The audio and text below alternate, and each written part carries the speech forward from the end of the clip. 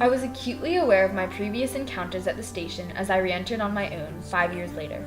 I remembered grasping my grandpa's hand as I began to weave through the vivacious throng of people, the humidity of the urban jungle dizzying my being, and my silky hair beginning to frizz. I remembered the feeling of my small hand tightening around his own as my breathing became heavy. I remembered the combination of fearfully slipping away into the crowd and being stolen away, evoking my fragile body into a shiver. A grin made its way across my face as I confidently strolled into the station, grabbing a paper and taking a sip of my molten espresso. Sighing as I languidly pulled out my worn Metro card, I threw my chafed hair into a ponytail.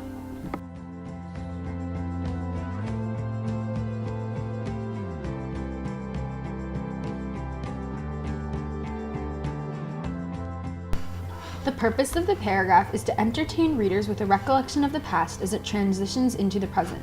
This creates a nostalgic mood throughout the piece. The dominant impression is a mixture of remorse and sentimentality as introduced in the first sentence using the words previous, re-entered, and 5 years later.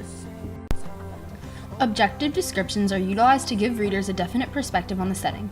For example, the image of the narrator holding on to her grandfather's hand while weaving through the crowd. Subjective descriptions are utilized to give readers an understanding of the meaning of the piece, while also enhancing perspective relative to the dominant impression, which is evident through the use of the colloquialism, urban jungle.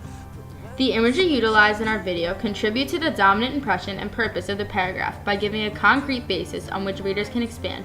For example, the imagery of the small hand tightening around the grandfather shows the dominant impression of the narrator being afraid of the subway. The organizational structure influences our dominant impression by allowing the readers to travel through time, from childhood to current age, following her changing perspectives of the subway. The repetition of the word remembered in various sentences transport the readers to the past. Word choice is crucial to the meaning of the piece as it adds emphasis to the setting and experience the author is referencing.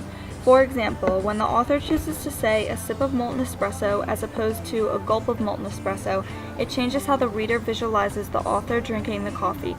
The first-person perspective used in the paragraph emphasizes details that would otherwise be omitted, such as the languid motion of the narrator, as well as the description of her hair and the Metro card.